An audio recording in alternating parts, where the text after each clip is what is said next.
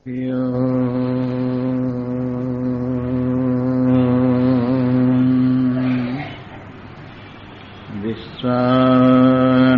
देव सवितुर्दुरितानि परासुव यद्भद्रं तन्नासुव। ओम शांति शांति शांति। शंकरं शंकराचार्यं केशवं बादरायणं सूत्रभाष्यकृतौ वन्दे भगवन्तौ पुनः पुनः।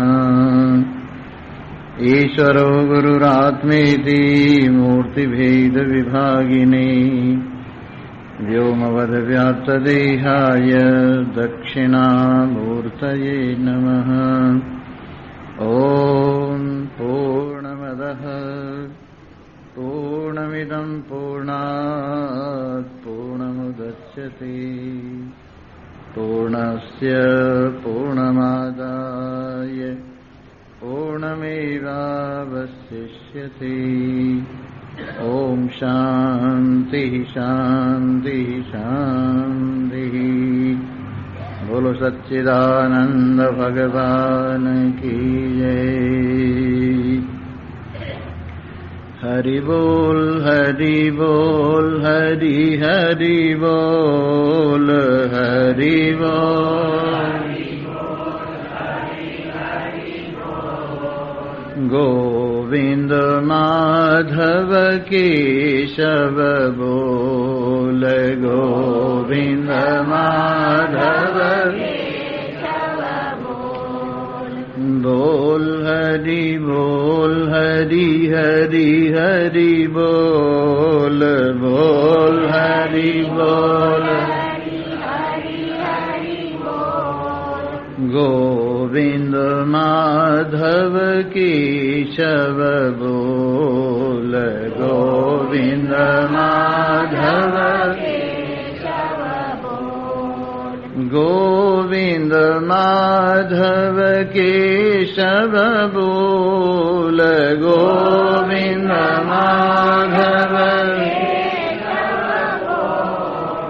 गोविंद माधव केशव बोल गोविंद माधव केशव बोल हरि बोल हरि हरि हरि बोल बोल हरि बोल।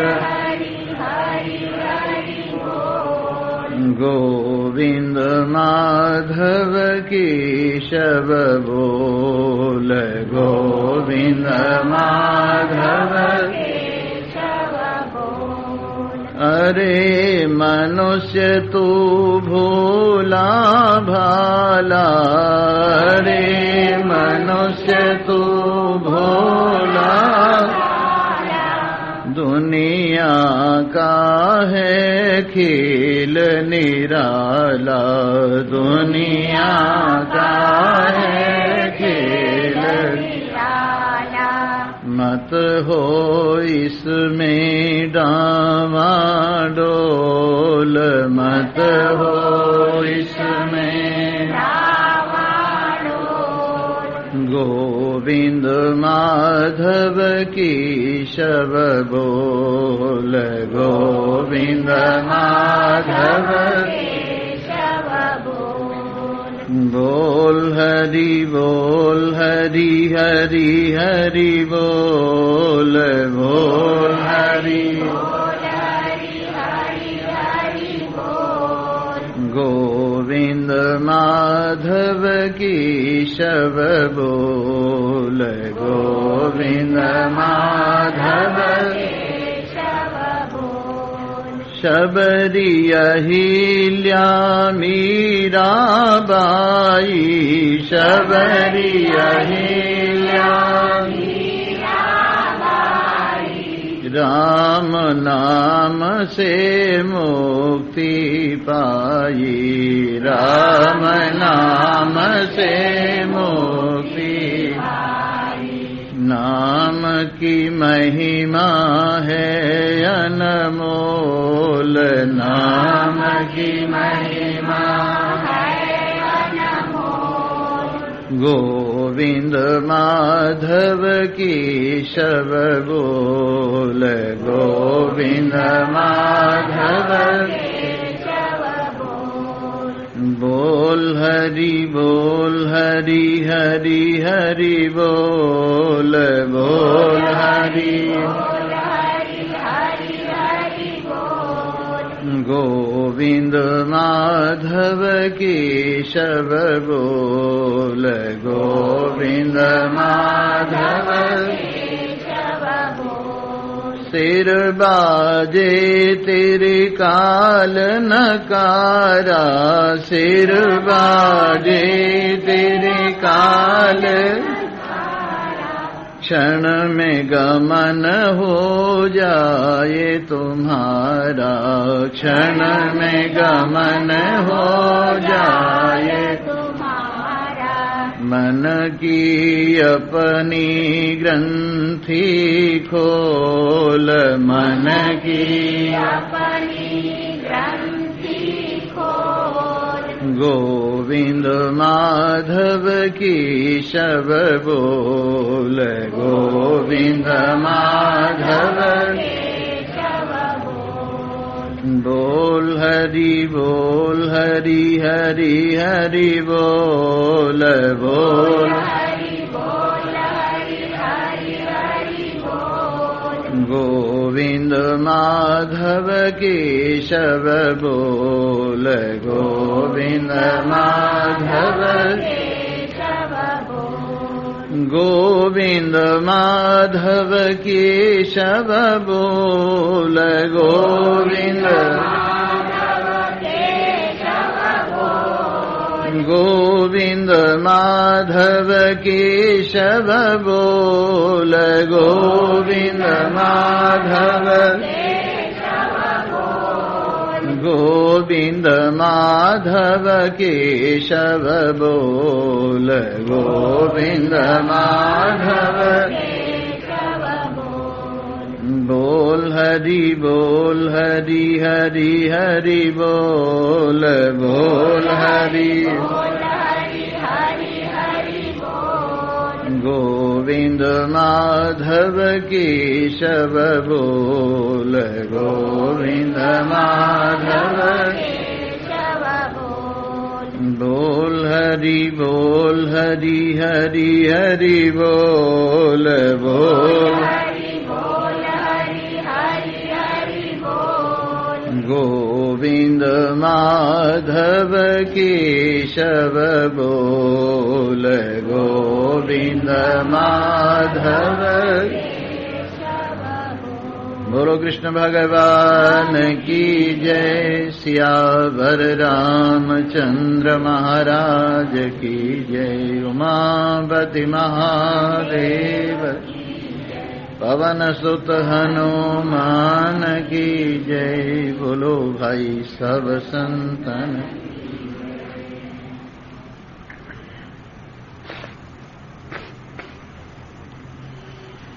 गोविंदाय नमो नमः, श्री कृष्णाय नमो नमः, नारायणाय नमो नमः।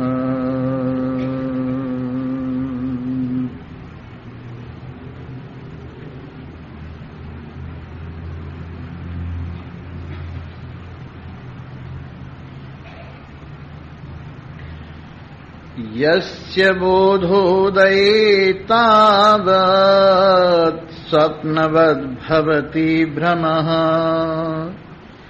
तस्मै सुखैकरूपाय नमः शान्ताय तेजसी।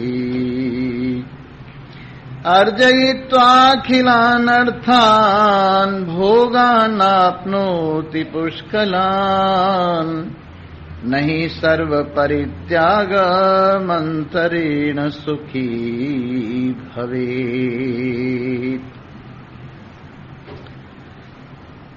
उपस्थित सत्संग प्रेमी सज्जन वृंद, एक वर्षोपरांत आज इस शुभ स्थल पर आप सभी से मिलकर अत्यंत हर्ष प्रसन्नता हो रही है।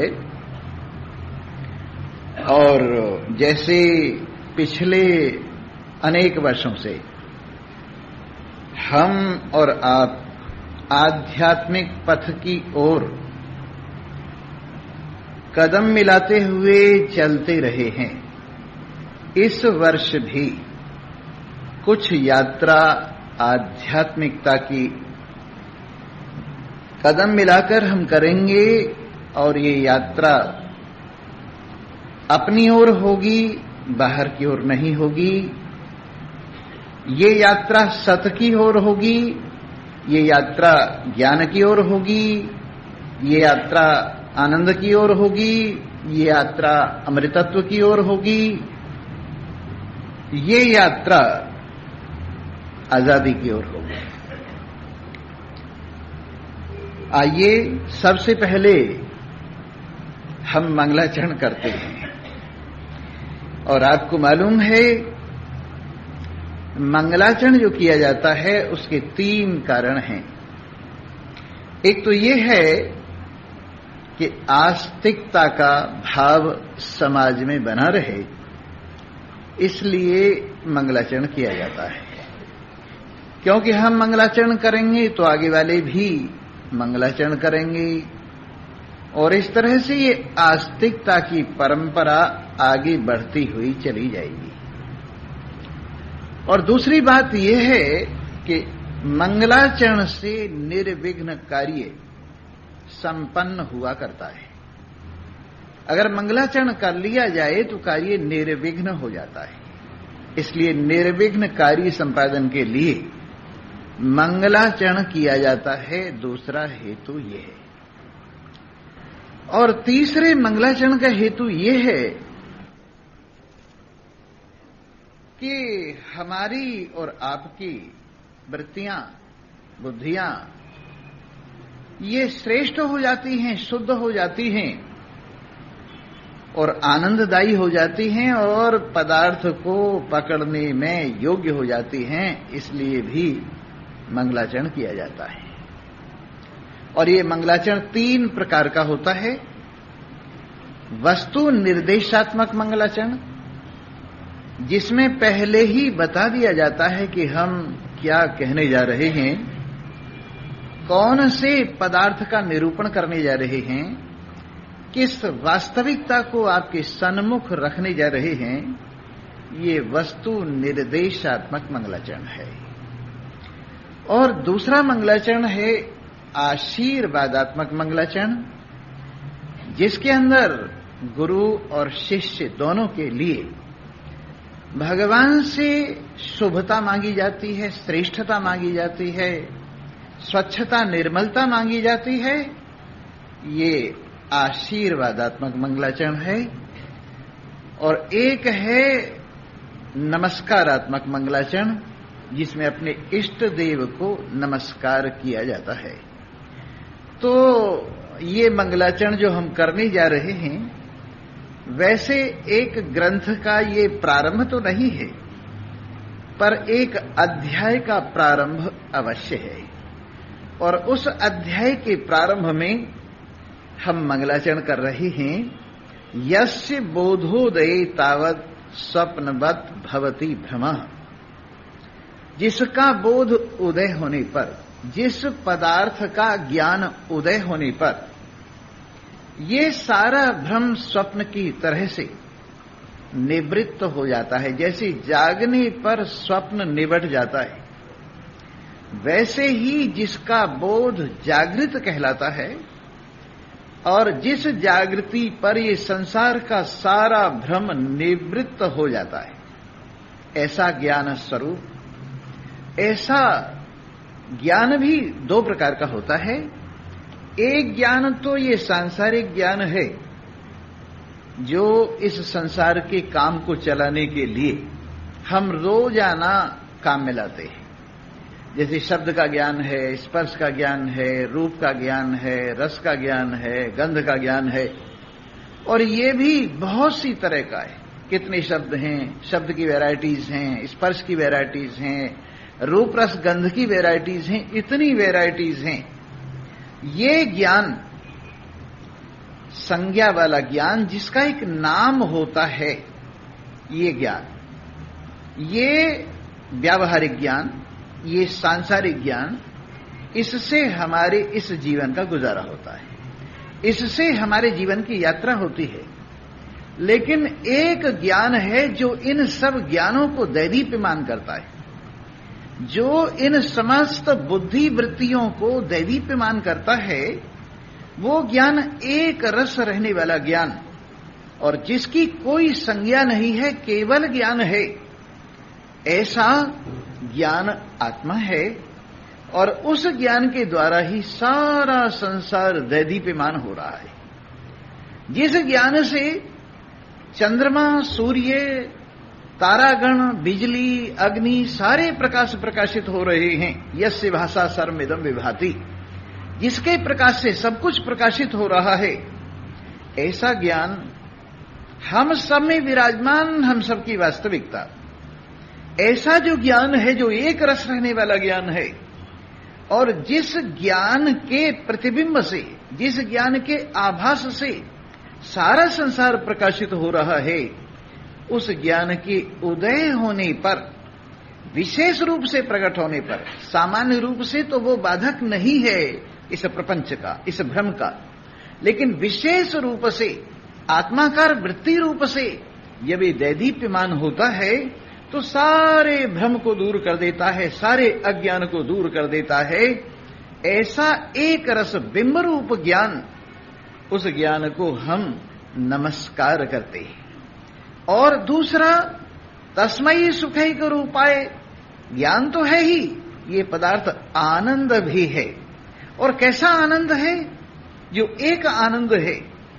जैसे ज्ञान एक रस है, वैसे सुख भी, आनंद भी एक रस है। शब्द का आनंद, स्पर्श का आनंद, रूप का आनंद, रस का आनंद, गंध का आनंद, ये आनंद जिस आनंद के आभास हैं, जो आनंद इन आनंदों में प्रतिबिंबित हो रहा है, ऐसा बिंब रूप आनंद जो हम सबके हृदय में विराजमान, सबकी वास्तविकता है, और जिसको हम सब प्यार करते हैं। धन जिसकी वजह से प्रिय है, पर जो धन की वजह से प्रिय नहीं है। संतान जिसकी वजह से प्रिय है, पर संतान जिसकी वजह से संतान के लिए जो प्रिय नहीं है, ऐसा सबसे अधिक प्रियतम आनंद स्वरूप परमात्म देव, हम सबका आत्मदेव, एक रस सुख, उस आनंद स्वरूप को, और जो सदा शांत रहने वाला है, जो तेज शांत रहने वाला तेज है, एक रस तेज है और आनंद देने वाला तेज है, भ्रम को दूर करने वाला तेज है, उसको हम नमस्कार करते हैं। इस प्रकार इस वास्तविकता को आपके सामने मंगलाचरण में ही रख दिया है, इस वस्तु को, कि हम क्या कहने जा रहे हैं, यानी उस वस्तु का बोध कराने जा रहे हैं जिस वस्तु के बोध से भ्रम निवृत्त हो जाता है, अज्ञान निवृत्त हो जाता है, और जन्म मरण का चक्र निवृत्त हो जाता है, और खुली आजादी मिल जाती है। जिस तत्व को प्राप्त करके परम तृप्ति, परम संतुष्टि, परम आनंद प्राप्त हो जाता है, और कुछ भी शेष इच्छा नहीं रहती है, ऐसा आनंद स्वरूप, और जिसको प्राप्त करके परम शांति, परम तृप्ति हो जाती है, और फिर भटकन लेश मात्र को नहीं रह जाती है, वो वस्तु आपके सामने परोसने जा रहे हैं। अरे भाग्यवान श्रोताओ, ये मनुष्य शरीर में ही संभव है। इह चेद वेदी दथ सत्यमस्ति, न चेदिह वेदीन महती विनष्टि। अगर इस मनुष्य शरीर में इस वास्तविकता से परिचय प्राप्त कर लिया, अगर इस मनुष्य शरीर में इस महान आनंद का भोग लगा लिया, इस महान सत्ता का अवलोकन कर लिया, इस महान ज्ञान को अपने में अनुभव कर लिया, तो मनुष्य शरीर सफल हो गया। और यदि मनुष्य शरीर प्राप्त करके इस वास्तविकता का अनुभव नहीं किया, तो मनुष्य शरीर बेकार चला गया। और याद रखो, अपने से जिसने मुलाकात कर ली, दुनिया में उसने बड़ी बात कर ली। अपने से जिसने मुलाकात कर ली, दुनिया में उसने बड़ी बात कर ली। अपने आप से जिसने मुलाकात कर ली, मिलन हो गया अपने आप से। यो तो हम दर्पण में रोज देखते हैं, पर वो शरीर से मिलन होता है। और कभी कभी हमारा मिलन ज्ञानेंद्रियों से, कर्मेंद्रियों से, प्राणों से, इनके धर्मों से होता है, अंतःकरण से, इनके धर्मों से होता है। लेकिन अपने आप से मिलन तो कभी कभी होता है। और जब अपने आप से मिलन होता है तो सारे संसार से एक साथ मिलन हो जाता है। जिसके मिलने पर सब कुछ मिल जाता है, जिसके पाने पर सब कुछ पा लिया जाता है, और जिसके पाने पर परिपूर्ण तृप्ति, परिपूर्ण आनंद, परिपूर्ण संतुष्टि होती है, वो अपने आप से जो मिलना है, ये मनुष्य शरीर में ही संभव है। इस मनुष्य शरीर में यदि बेड़ा पार कर लिया तो अच्छा है, बहुत अच्छा है, मनुष्य शरीर सफल हो गया। अरे खाना पीना तो और शरीरों में भी खाया जा सकता है, बाल बच्चे तो और शरीरों में भी बनाए जा सकते हैं, मकान वकान और शरीरों में भी घोंसले बढ़िया से बढ़िया बनाए जा सकते हैं, सारी चीजें और शरीरों में मिल सकती हैं। लेकिन ये अपने आप का मिलन, अपने आप का साक्षात्कार, अपने आप का दर्शन, जिस दर्शन पर सबका दर्शन हो जाता है, ये मनुष्य शरीर में ही संभव है। और हम मनुष्य शरीर का यदि सदुपयोग करें, श्रवण मनन निधिध्यासन में इसको लगाएं। अरे हमने देख तो लिया है संसार को, उलट पुलट कर सारा संसार देखा है। शब्द को भोगते भोगते कान बहरे हो गए, अब तक तृप्ति नहीं हुई। 4 दिन और सुन लेंगे तो कौन सी तृप्ति हो जाएगी। स्पर्श का अनुभव करते करते स्पर्श शक्ति समाप्त हो गई। इतने दिन तक संसार का घर्षण करते करते, छूते छूते, इस कोमलता को स्पर्श करते करते अब तक संतुष्ट नहीं हुए। अब 4 दिन में क्या संतुष्टि हो जाएगी। इतने दिन से रूप देखते देखते आंखें अंधी हो गईं, अब तक संतुष्टि नहीं हुई। अब 4 दिन और देख लेंगे तो कौन सा फर्क पड़ जाएगा। रस लेते लेते अब रस लेने की शक्ति निवृत्त होने को आ गई। अब तक संतुष्टि नहीं हुई, 4 दिन रस और ले लेंगे तो क्या हो जाएगा। गंध लेते लेते इतने दिन हो गए, बहुत दिन हो गए, अब तक नासिका जवाब दे गई है, लेकिन फिर भी तृप्त नहीं हुए। अब आगे क्या तृप्त हो जाओगे। इसलिए झक मार कर देख लिया है संसार में, तो सब कुछ देखा है, अपने देखे हैं, पराये देखे हैं, सब कुछ तो देखा है। अब के उसको देख लो जो सबको देख रहा है, अब के उससे मिल लो जो सबसे मिल रहा है, अब के उसका आनंद ले लो जो सब आनंदों में एक आनंद है, अब के उससे मिल लो जो सब सत्ताओं में एक सत्ता है, अब के उससे मुलाकात कर लो जो सब ज्ञानों में एक ज्ञान है। और अगर उससे आपने मुलाकात कर ली तो जिंदगी का मजा आ जाएगा। और कैसा मजा आ जाएगा, कैसा मजा आ जाएगा कि जीने का मजा आ गया है, जीने का मजा आ गया है, जीने का मजा आ गया है, जीने का मजा आ गया है। जो अमृत जो नशा न उतरे किसी के उतारे, वो खुद ही का नशा, वो अपना नशा छा गया है, जीने का मजा आ गया है, जीने का मजा आ गया है। जिंदगी का भरपूर मजा ज्ञानवानों को। संसार का भी आनंद उन्हीं को है जो हर वक्त चिंता से संयुक्त, हर वक्त शोक से युक्त, हर वक्त हवाई उड़ी हुई जिनके चेहरे पर, उनको संसार का सुख ही कौन सा मिलता है। अरे संसार का सुख भी उनको नहीं है, संसार का सुख भी उनको है जिनका मन एकाग्र है। संसार का सुख भी उनको है जिनको अपने आप में चैन है। और ये सुख तो है ही है, लेकिन एक सुख, जिस सुख की वजह से ये सुख है, वो अपने आप का सुख, जो जिंदगी का भरपूर सुख है, वो अपने आप में, अपने आप से, अपने आप को जो मिला है। आपूर्यमाणमचल प्रतिष्ठम समुद्रमापः प्रविशन्ति यद्वत् तद्वत् कामायं प्रविशन्ति सर्वे स शान्तिमाप्नोति न काम कामी। ये समुद्र देखो, तुम रोज देखते हो, अपने आप में भरपूर, अपनी महिमा में अचल, अपने जल से अटखेलियां करता हुआ, अपनी लहरों से लहराता हुआ, अपनी महिमा में विराजमान, किसी का गुलाम नहीं। और सारे जल, सारी नदियां इसमें प्रवेश कर रही है। Ganga, Sindhu, Brahmaputra, Amazon, Mississippi, Missouri, और कहां तक नील वगैरह, डैन्यूब वगैरह, कितने नाम गिनाए जाएं, सारी नदी समुद्र में पड़ रही है। किसी ने नदियों से पूछा, तुम अपना मीठा मीठा जल समुद्र में क्यों डाल रही हो?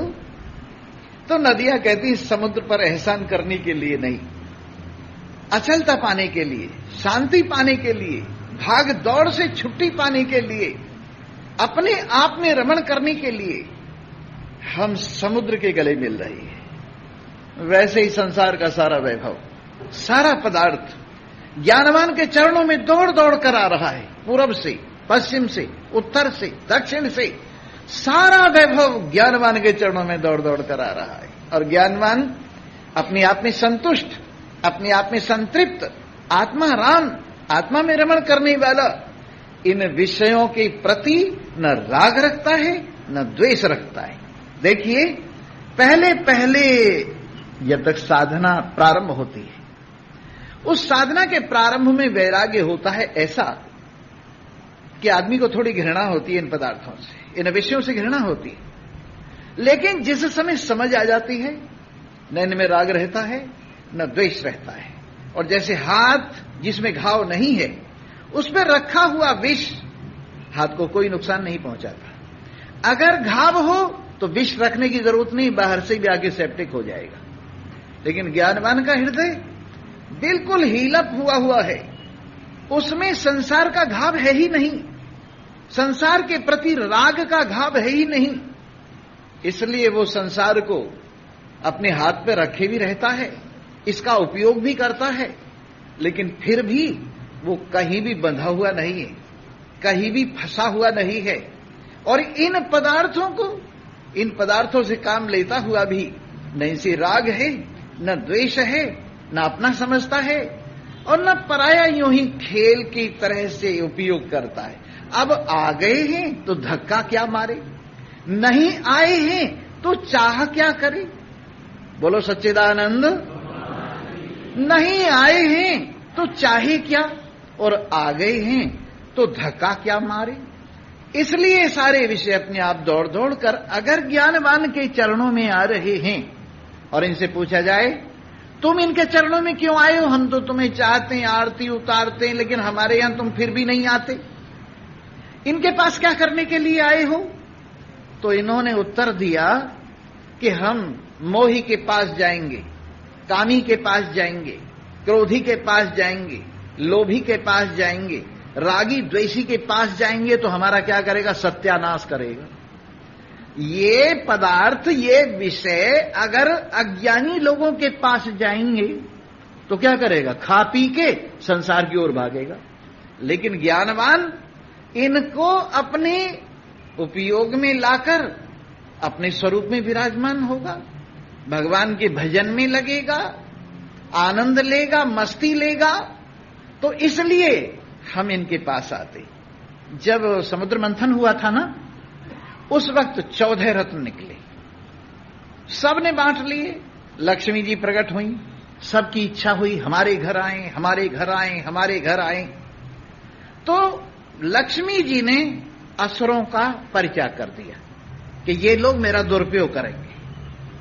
और देवता ये भी असुरों से कम नहीं है, इनको नहीं मिला इसलिए देवता हैं, और अगर मिल जाए तो ये भी असुरों से कम नहीं, असुरों के भाई हैं। देवता और असुर दोनों क्या हैं? भाई भाई हैं। नहीं मिला इसलिए देवता हैं ये, और अगर मिल गया तो ये असुरों से कम नहीं रहने वाली, इसलिए देवताओं की तरफ भी नहीं गई।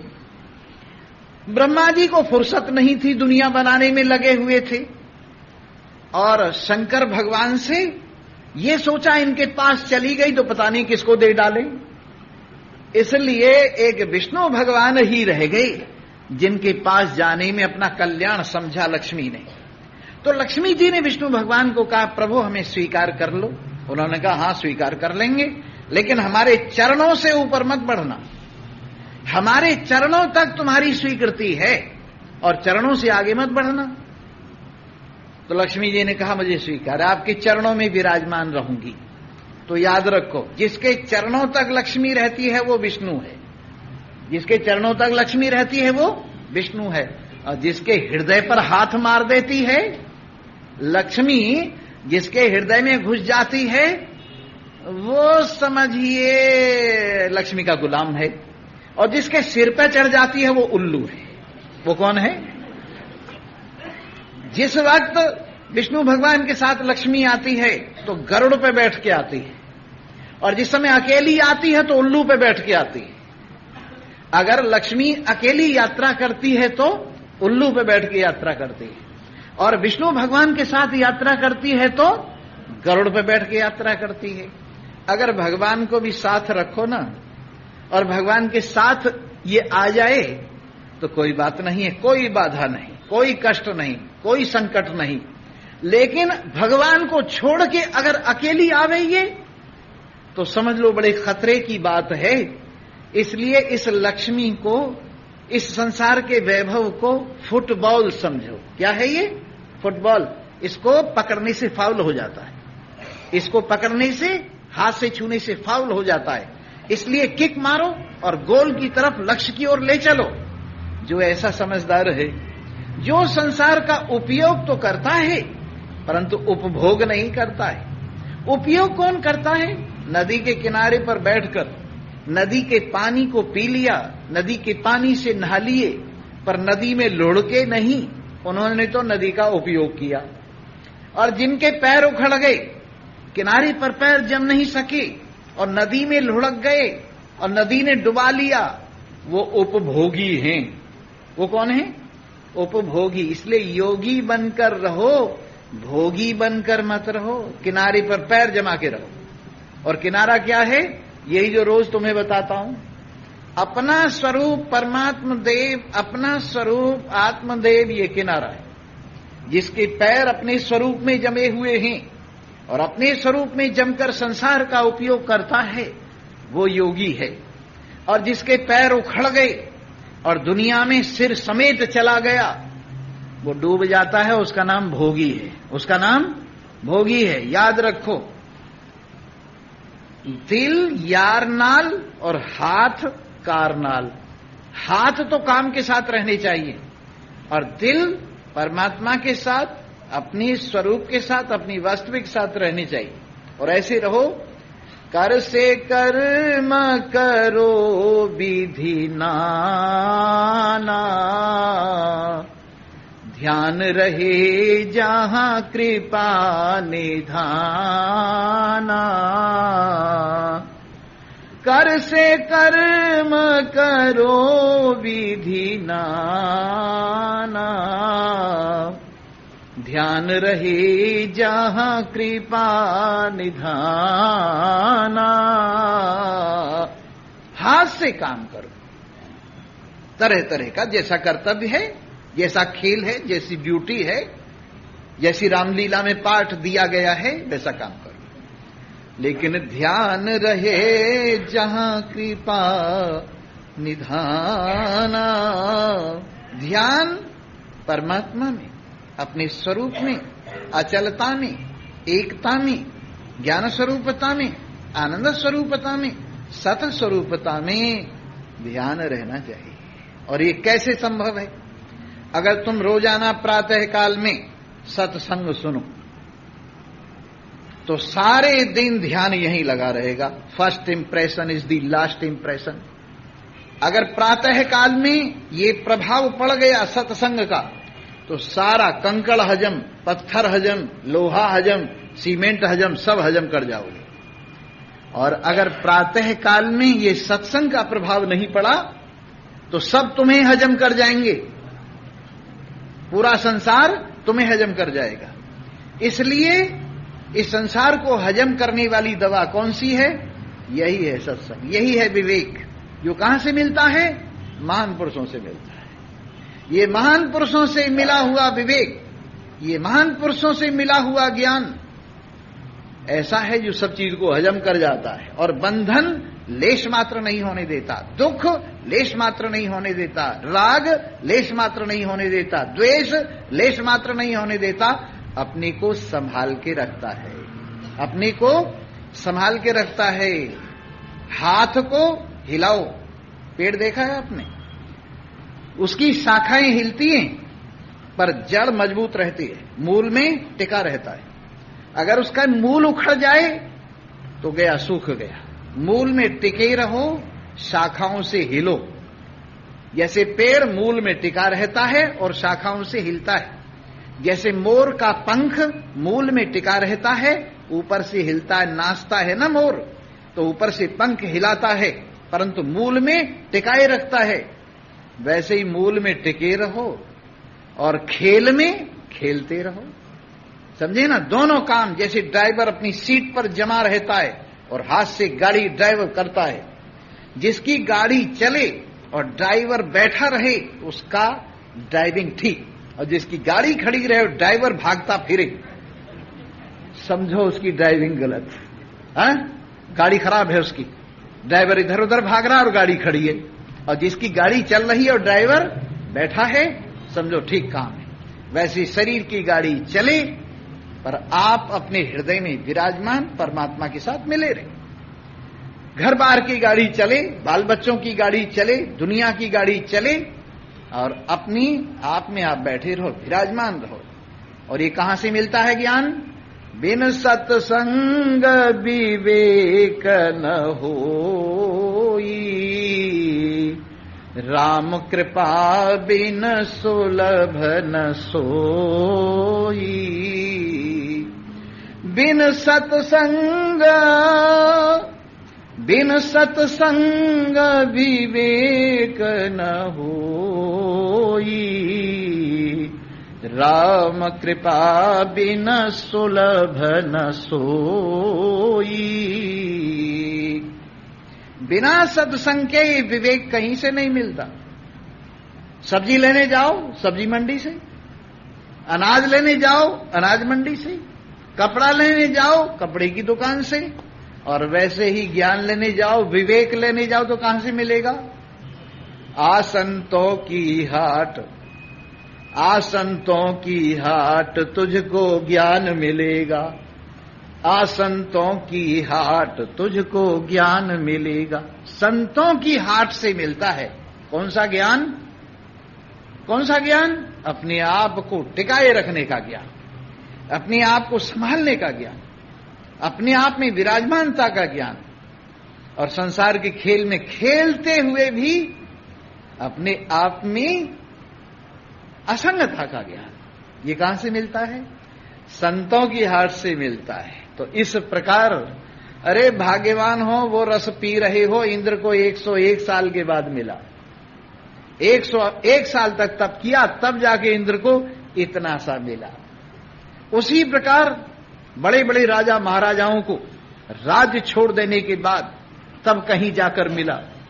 वो रस आपको यहां बैठे बिठाई प्रेमपुरी आश्रम में, प्रेमपुरी जी महाराज की कृपा से आपको मिल रहा है, अरे इस रस का पान करो। सारे संसार को रस में देखो, जिन्होंने इस रस का पान किया है उनको पूरब में रस, पश्चिम में रस, उत्तर में रस, दक्षिण में रस, बाहर रस, भीतर रस, ऊपर रस, नीचे रस। अरे रस में सब संसार लगेगा जब रस में तू डूबेगा। रस में सब संसार लगेगा जब रस में तू डूबेगा। बाहर रस और भीतर रस होगा, आगे पीछे रस ही रस होगा। रस में फूल और खार लगेगा जब रस में तू डूबेगा। रस में सब संसार लगेगा जब रस में तू डूबेगा, जब रस में तू डूबेगा। ऐसा रस जो अपना रस है, जो किसी के अधीन नहीं है, अपने ही मन के प्याले में अपने में से ही ढालकर अपने आप ही पान कर जाओ। कैसा विचित्र रस! अपने मन के प्याले में अपने से ही डालकर ढालकर और अपने आप ही पान कर जाओ और संतुष्टि हो जाए। ये नहीं, इस पे कोई टैक्स नहीं, लाइन में नहीं खड़ा होना। मिट्टी के तेल तक के लिए लाइन में खड़ा होना पड़ता है, घासलेट जिसे आप लोग कहते हैं। नमक के लिए लाइन में खड़ा होना पड़ता है, टिकट के लिए लाइन में खड़ा होना पड़ता है। लेकिन ये एक ऐसी चीज है, इसको लाइन में खड़े होने की जरूरत नहीं। जहां हो वहीं बैठ जाओ, जहां हो। बोलो सच्चिदानंद। जो जो लोग सो रहे हैं वो जाग जाओ, और जो जाग रहे हैं वो ध्यान दो। बात चल रही थी, यही एक ऐसी चीज है, इस पर कोई राशन वासन, कोई लाइन वगैरह नहीं है। इतना है, इतना है, जितना लेना चाहो, जितनी देर लेना चाहो। गाड़ी भर लो, ट्रक भर लो, रेल भर लो, जहाज भर लो, और सबसे बड़ी बात अपना दिल भर लो। दिल किसी से नहीं भरता, न रेल भरने से भरता, न जहाज भरने से भरता, लेकिन इससे दिल भर जाता है, आनंद आ जाता है, संतुष्टि हो जाती, चैन हो जाता है। ऐसा रस, जिस रस को लेकर दिल भर जाता है, आनंद आ जाता है। जीते जी मरकर नहीं। लोग कहते हैं स्वामी जी हमारी मुक्ति हो जाएगी। मैंने कहा बिल्कुल नहीं होगी। क्यों? आपको दुश्मनी है हमसे? अरे तुम मुक्त स्वरूप हो, इस अज्ञान को बाहर निकालो, तुम मुक्त ही हो। अब तुम भविष्य की बात क्यों सोचते हो? जो आज मुक्त नहीं, कल को कैसे हो जाएगा? सोना सोना रहेगा, चांदी चांदी रहेगी, लोहा लोहा रहेगा। अगर तुम मुक्त नहीं हो तो कल कैसे हो जाओगे? आज भी मुक्त हो, परंतु नासमझी की वजह से तुम ये समझ रहे हो कि मैं बंधा हुआ, पर वास्तविकता यह है कि तुम मुक्त हो। और इस बेवकूफी को निकाल दो कि मैं बंधा हुआ हूं, इस बेवकूफी को निकाल दो कि मैं दुखी हूं, इस बेवकूफी को निकाल दो कि मेरे लिए कष्ट है कहीं। सारे कष्ट की जड़ बेवकूफी है। एक बेवकूफी की घरवाली का नाम था फजीती, उसका नाम था बेवकूफ, और उसकी घरवाली का नाम था फजीती। वो खो गई, बड़ा तकलीफ हुई राम जी की तरह से। तो वो बेवकूफ घरवाली को ढूंढता ढूंढता धक्के खा रहा था। किसी ने, दयालु ने पूछा क्यों भाई क्या बात है? घरवाली खो गई है। कि क्या नाम था उसका? कि उसका नाम फजीती था। और तेरा नाम क्या है? कि मेरा नाम बेवकूफ है। फिर चिंता मत करे, जहां जाएगा वहीं मिल जाएगी। तो ये नासमझी, ये बेवकूफी हर जगह फजीती कराती है। लेकिन अगर थोड़ी समझ आ जाए, भगवान की कृपा हो जाए, संतों की कृपा हो जाए और अपनी कृपा हो जाए, और ये बात समझ में आ जाए, डरते हैं लोग, ज्ञान से डरते हैं, डरते हैं मुक्त होने से। एक और तो कहते हैं स्वामी जी हमें मुक्ति चाहिए। मैंने कहा बड़ी अच्छी बात है, किससे मुक्ति चाहिए?